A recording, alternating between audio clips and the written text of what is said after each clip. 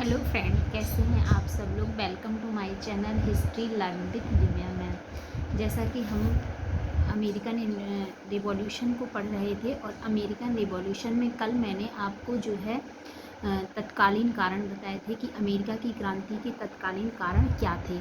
आज हम जानेंगे कि अमेरिका की क्रांति के तत्कालीन कारण के बाद जो है क्या घटना घटित हुई, कहाँ से विद्रोह शुरू हुआ है।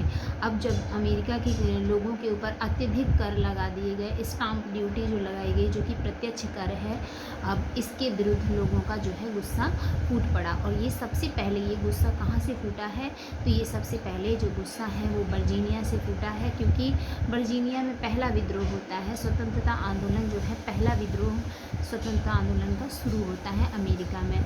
तो ये वर्जीनिया में ही क्यों होता है, तो इसके पहले भी मैंने बताया है कि वर्जीनिया और मैसाचुसेट्स जो हैं वो जो है चार्टर्ड उपनिवेश हैं। कैसे उपनिवेश हैं? चार्टर्ड उपनिवेश हैं। चार्टर्ड उपनिवेश का मतलब है कि ये जो है डायरेक्ट मतलब पूरी तरह से जो है किसके, ब्रिटिश शासन के अधीन है। इसलिए जो है यहाँ से विद्रोह की शुरुआत हो रही है। कहाँ से? वर्जीनिया से हो रही है। और वर्जीनिया में जो है फेडरिक हेनरी के नेतृत्व में, कौन है? फेडरिक हेनरी के नेतृत्व में विद्रोह शुरू होता है। तो पहला विद्रोह हो रहा है वर्जीनिया से, और वर्जीनिया में नेतृत्व कौन कर रहा है? तो हेनरी फेडरिक इसका नेतृत्व कर रहे हैं। ये आपको ध्यान में रखना है कि कौन नेतृत्व कर रहा है। तो पैट्रिक हेनरी इसका नेतृत्व कर रहे हैं, ठीक है। तो यहाँ पे विद्रोह शुरू हुआ है और इसके बाद जो है कई जगह पे विद्रोह शुरू हुए हैं, जो कि आपको देखने को मिलेंगे। कई जगह इसके विद्रोह शुरू हुए हैं। तो दूसरा विद्रोह जो है हेनरी फेडरिक ने कहाँ पे शुरू किया है? फेडरिक हेनरी या हेनरी फेडरिक, कुछ भी बोल सकते हैं आप। तो ये पहला विद्रोह जो है वो शुरू हो रहा है आपका कहाँ से? आपका शुरू हो रहा है वर्जीनिया से। और दूसरा विद्रोह जो है वो आपका शुरू हो रहा है, दूसरा विद्रोह जो हुआ है वो न्यूयॉर्क में हुआ है। और न्यूयॉर्क में कौन विद्रोह कर रहा है? जेम्स ऑटिस विद्रोह कर रहे हैं। कौन कर रहा है? James Ottis. अभी मैं इनके जो हैं क्या क्या इन्होंने स्टेटमेंट बोले हैं वो अलग से बताऊंगी कि हेनरी फेडरिक का कौन सा स्टेटमेंट है, जेम्स ऑटिस का कौन सा स्टेटमेंट है। तो पहले बस इतना जान लो कि कहाँ कौन विद्रोह का नेतृत्व कर रहा है। तो पहला विद्रोह शुरू हो रहा है वर्जीनिया में, और वर्जीनिया का नेतृत्व कर रहे हैं हेनरी फेडरिक। और दूसरा विद्रोह हुआ न्यूयॉर्क में, और न्यूयॉर्क में जो है जेम्स ऑटिस जो है इसका नेतृत्व कर रहे हैं। जेम्स ऑटिस जो कि क्या हैं? बोस्टन के वकील हैं। क्या हैं ये? बोस्टन के वकील हैं। और इन्होंने कहा है कि बिना प्रतिनिधित्व के कर नहीं, मतलब कि जब तक इंग्लैंड की जो संसद है उसमें हमारा प्रतिनिधित्व नहीं होगा तब तक हम कर नहीं देंगे। क्या था? बिना प्रतिनिधित्व के कर नहीं, यानी कि जब तक इंग्लैंड की संसद में हमारा प्रतिनिधित्व नहीं होगा तब तक हम कोई कर नहीं देंगे। तो ये स्टेटमेंट आपको याद रखना है कि बिना प्रतिनिधित्व के कर नहीं। ये किसका स्टेटमेंट है? तो जेम्स ऑटिस का स्टेटमेंट है। इसके बाद थर्ड विद्रोह जो होता है वो होता है मैसाचुसेट में। मैसाचुसेट में दो बंधु हैं, दो भाई हैं जो विद्रोह कर रहे हैं। उनका नाम दिया जाता है एडम्स बंधु। क्या नाम दिया जाता है? एडम्स बंधु, जो इस विद्रोह को शुरू कर रहे हैं। कहाँ पे? मैसाचुसेट में। तो मैसाचुसेट में इन्होंने क्या किया?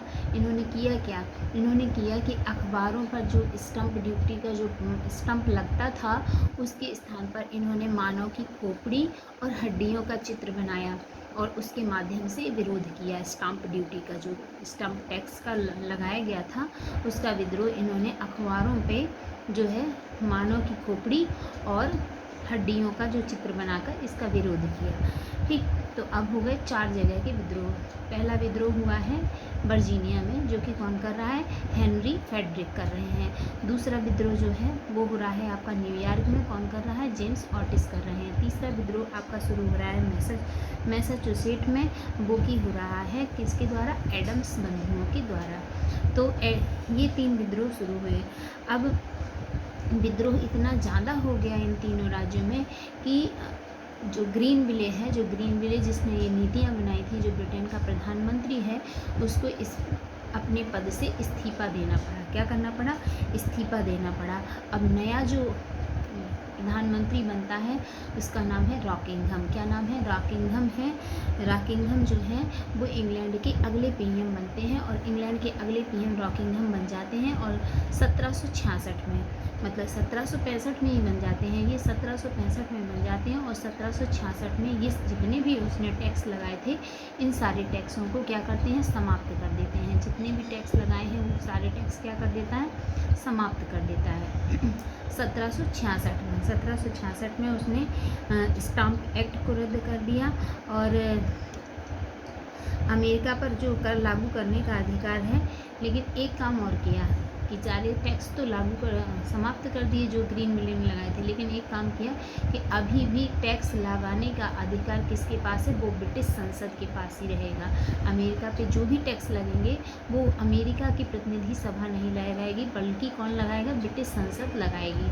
तो अभी भी टैक्स वहाँ पर है। फिर इसके बाद 1765 में ही रॉकिंघम को हटा दिया जाता है और नए पीएम बनते हैं कौन, नए पीएम बनते हैं विलियम पिट। कौन बनते हैं, विलियम पिट बनते हैं। और इनका नया मंत्री आता है कौन, टाउनसेंड।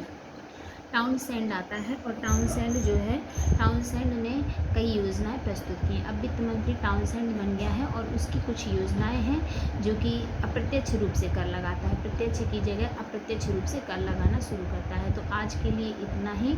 कल हम पूरा का पूरा चैप्टर फिनिश कर देंगे, क्योंकि अब ज़्यादा चैप्टर में है नहीं। वेस्टर्न टी पार्टी की घटना होगी, अमेरिका की महाद्वीपीय सभा का गठन हो जाएगा और इसके बाद अमेरिका की स्वतंत्रता, आज़ाद हो जाएगा स्वतंत्रता, अमेरिका स्वतंत्र हो जाएगा। ठीक है, तो आज के लिए इतना ही। तब तक के लिए खुश रहिए, मस्त रहिए, पढ़ते रहिए। Thank you.